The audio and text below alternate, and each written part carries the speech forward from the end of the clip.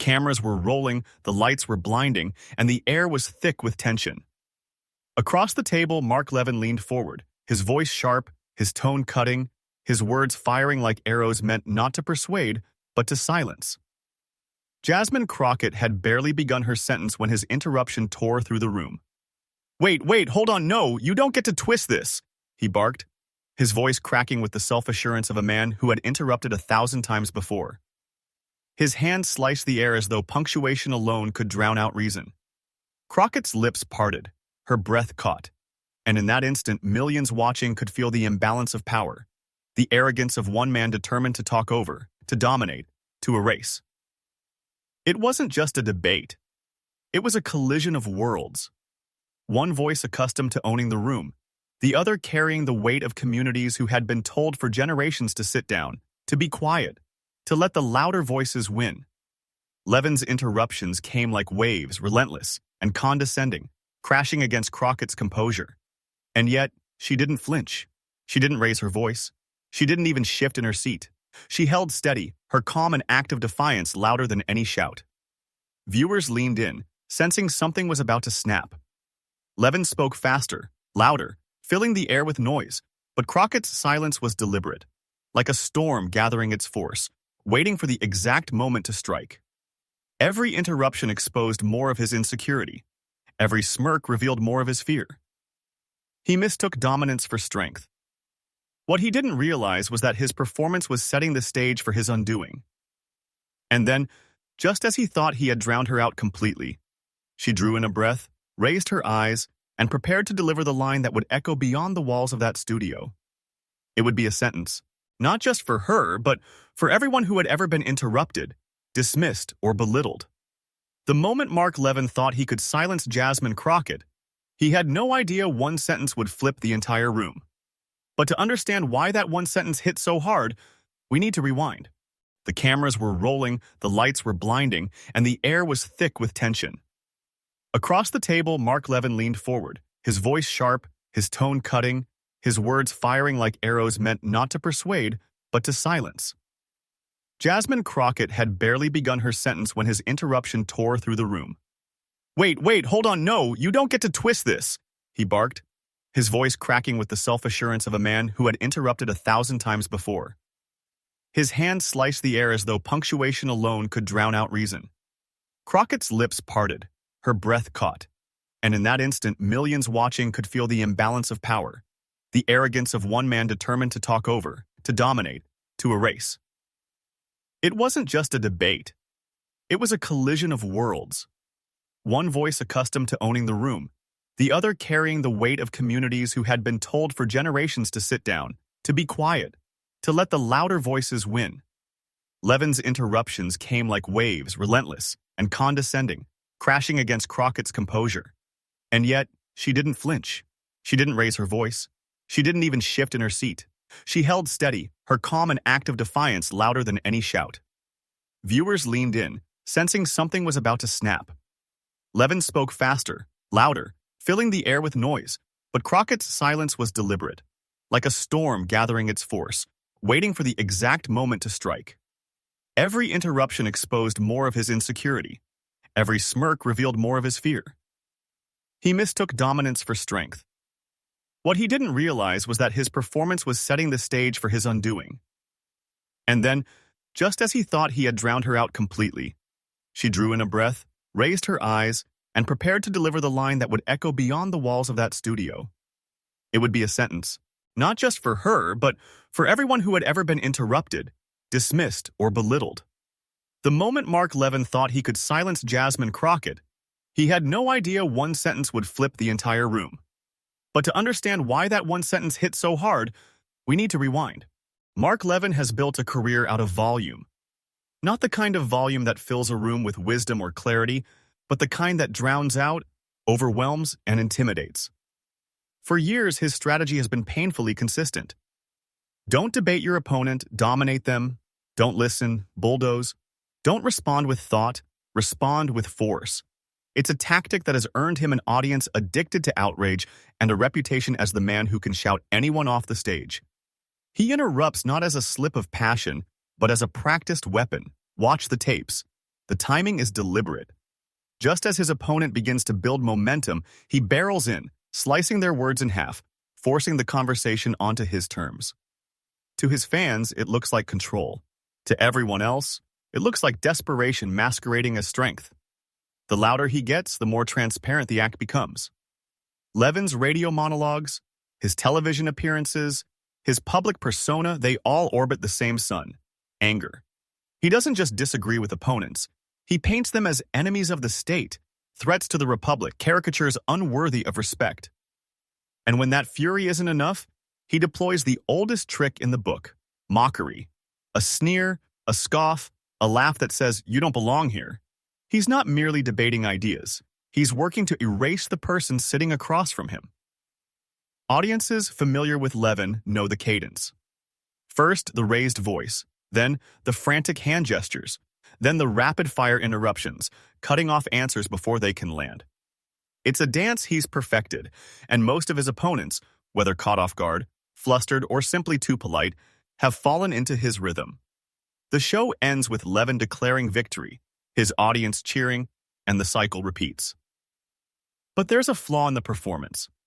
For all the bluster, Levin's tactics reveal something brittle beneath the surface.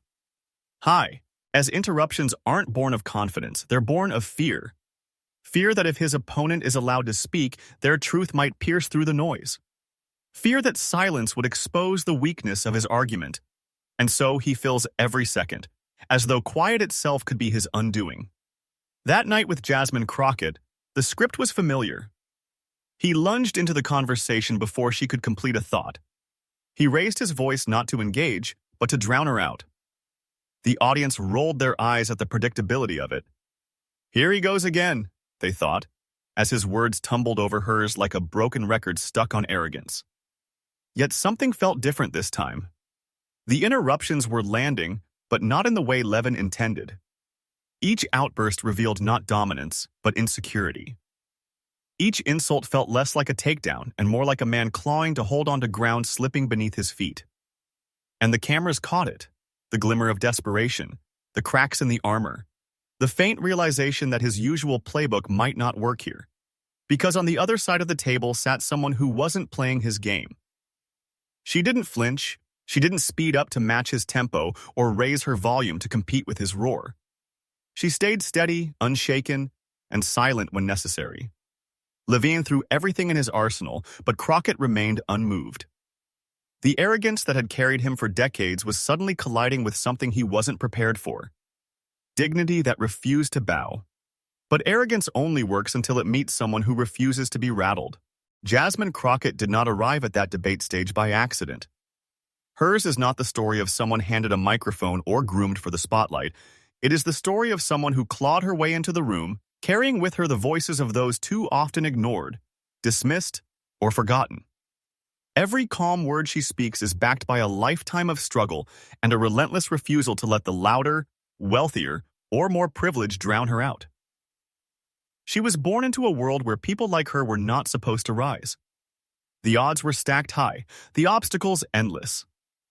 Growing up, she saw firsthand what it meant for working families to scrape by, for immigrants to labor without recognition, for women to be told their dreams should shrink to fit the expectations of others. But instead of allowing those realities to cage her, she used them as fuel.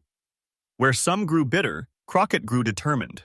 Where others broke under the weight of injustice, she stood taller. Her sharp intellect became obvious early. Teachers who underestimated her learned quickly that Jasmine had questions they couldn't dodge, logic they couldn't twist, a fire they couldn't extinguish. In the classrooms where others tried to silence her curiosity, she sharpened her tools of analysis. She carried those lessons with her into law, into public service, and ultimately into politics. Not as a careerist hungry for power, but as a fighter unwilling to let her community remain voiceless. Crockett built her reputation not in glossy studios or lavish offices, but in courtrooms and neighborhoods where the stakes were real and the consequences immediate. She defended clients who had no one else, stood up for rights others overlooked, and earned the respect of those who knew she wasn't just another voice in the system, she was a shield. Every case she took, every rally she attended, every floor speech she delivered, I enforced the same truth. This was someone who wouldn't back down, no matter how stacked the odds. And perhaps most defining of all was her composure. In a political arena where shouting matches are the norm, where the loudest voice usually wins the soundbite, Crockett mastered the opposite art. She made silence powerful. She let pauses sting louder than insults. When others lost control, she stayed centered, forcing her opponents to reveal themselves. Where arrogance filled the room like smoke, she moved like clear air, steady, unshaken, impossible to choke out. This contrast mattered, because when placed against someone like Mark Levin, whose power rested on noise, interruption, and mockery, Crockett's quiet strength became its own weapon. Every time he grew louder, she grew calmer. Every time he tried to overwhelm, she forced him to expose his weakness. In a world conditioned to confuse volume with authority, Crockett proved that true power doesn't have to shout. It only has to stand firm. Her story carried more than her own ambition. It carried the echoes of generations before her, the mothers who told their daughters to be polite even as they were silenced, the immigrants who were told their accents made them less American, the communities labeled too loud whenever they demanded justice. Crockett's composure on that stage was never just about her. It was about them. It was about showing, finally, that dignity could not only coexist with power, but defeat the arrogance that sought to smother it. So when she sat across from Levin, facing his arsenal of interruptions, she was not simply another guest being steamrolled. She was the product of years of resistance, a fighter shaped by battles far more consequential than a televised argument. She had prepared for this long before the cameras were rolling, and while Levin relied on his practiced script, Crockett's script, it was written by life itself, etched into her by every injustice she had witnessed, every battle she had fought. The debate floor felt less like a conversation and more like a storm gathering momentum. At first, Mark Levin's interruptions carried the rhythm of his usual performance, sharp, timed, meant to cut.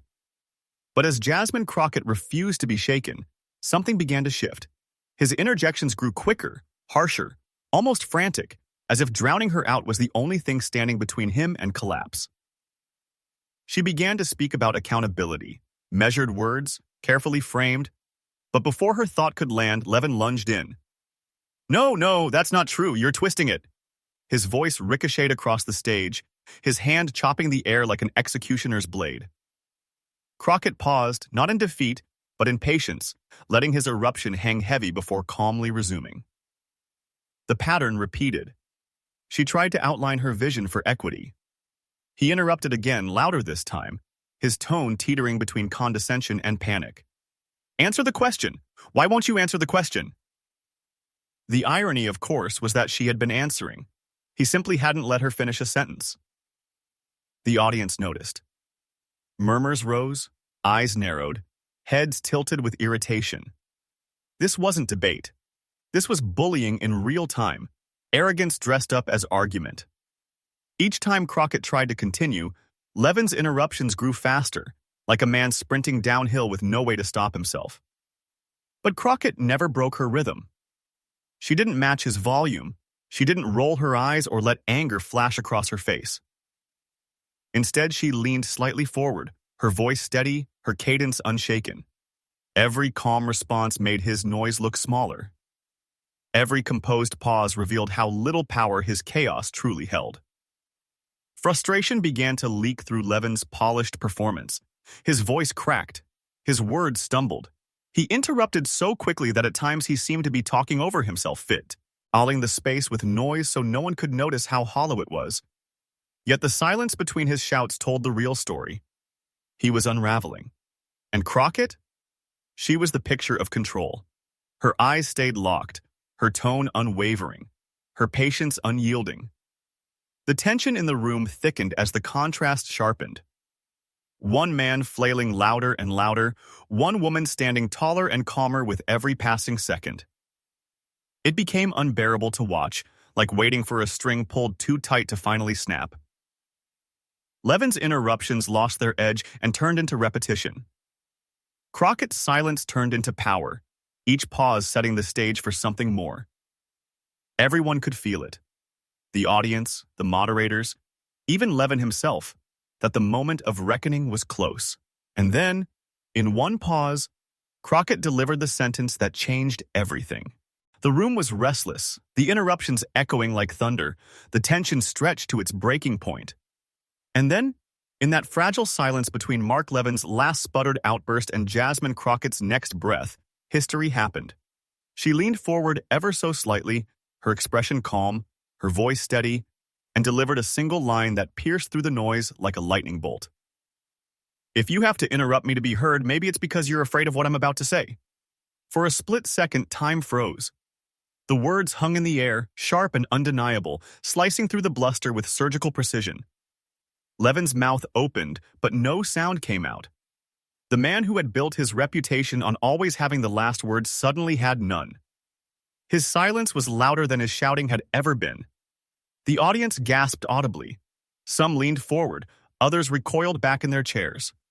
Phones in the crowd lit up like fireflies as people instinctively began recording, knowing instinctively that they were witnessing a moment that would not stay trapped within those studio walls. Even Levin's supporters, those who had cheered his interruptions just minutes before, shifted uncomfortably. Where were they supposed to look? At Levin's stunned face? At Crockett's unshaken composure? Or at the ground beneath their feet, which suddenly felt less steady? That sentence was more than a comeback. It was a mirror. It exposed Levin's tactics for what they truly were.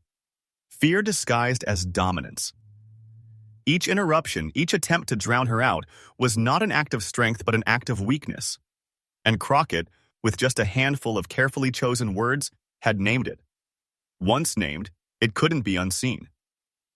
The brilliance of her line lay in its simplicity. It didn't require shouting. It didn't require insult. It didn't even require a lengthy explanation.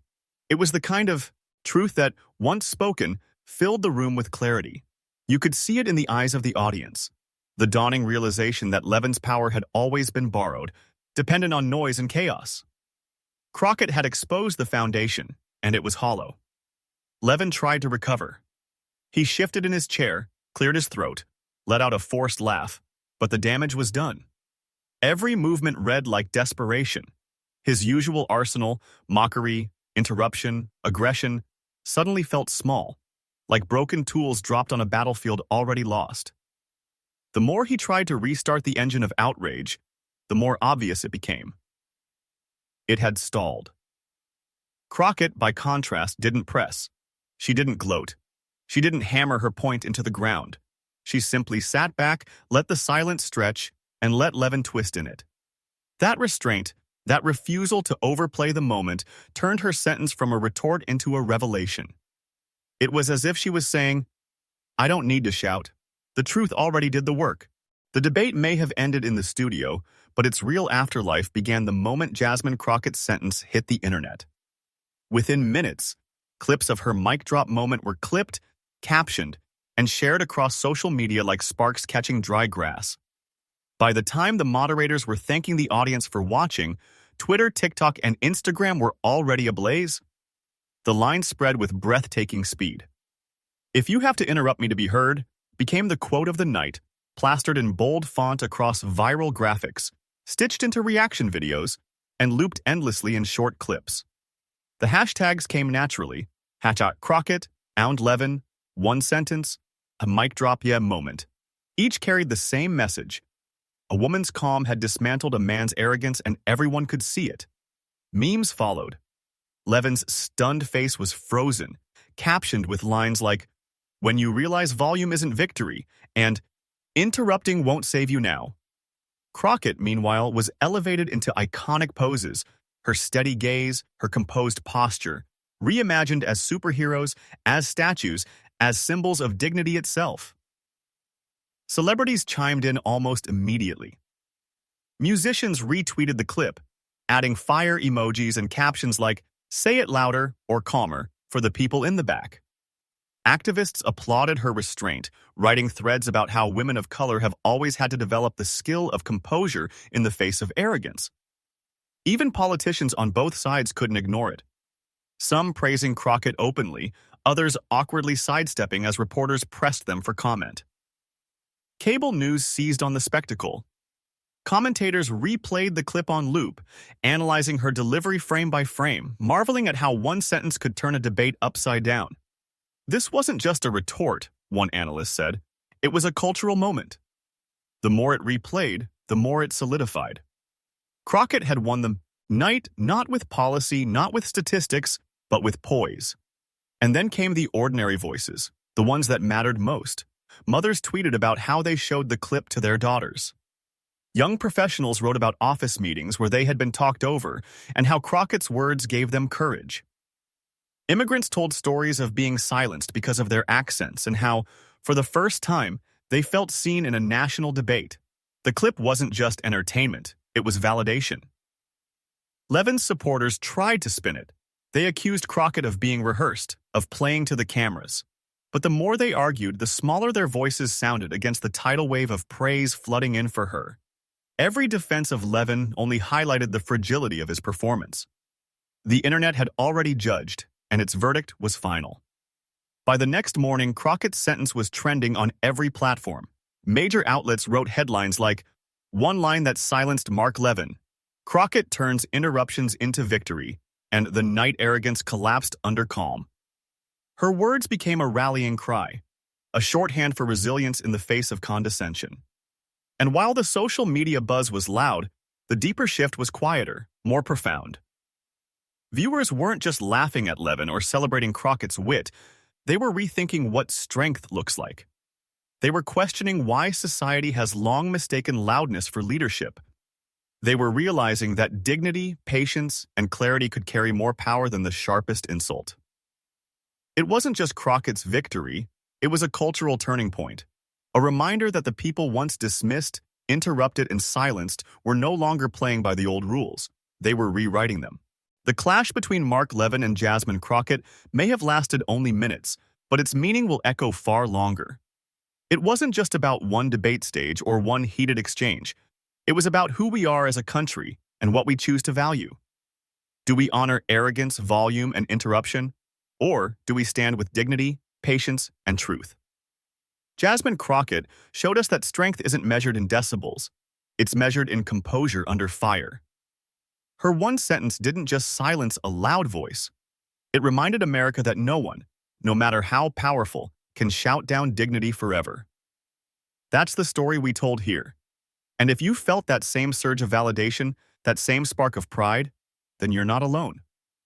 Millions across the country saw themselves in that moment. Teachers, immigrants, workers, mothers, students, people who've been dismissed or spoken over, finally heard their experience reflected in one powerful comeback. But here's the truth. Stories like these can fade if we don't keep them alive. That's why this channel exists, to capture these battles, to frame them with the drama they deserve, and to remind you that dignity can still win. So if you believe arrogance should never define leadership, if you believe America's future is written by those who carry themselves with calm, conviction, and truth, then join us. Subscribe now, share this story, and let's make sure voices like Jasmine Crockett's are never drowned out. Because history isn't written by the loudest person in the room. It's written by those who refuse to be silenced. And together, we can ensure those stories are never forgotten.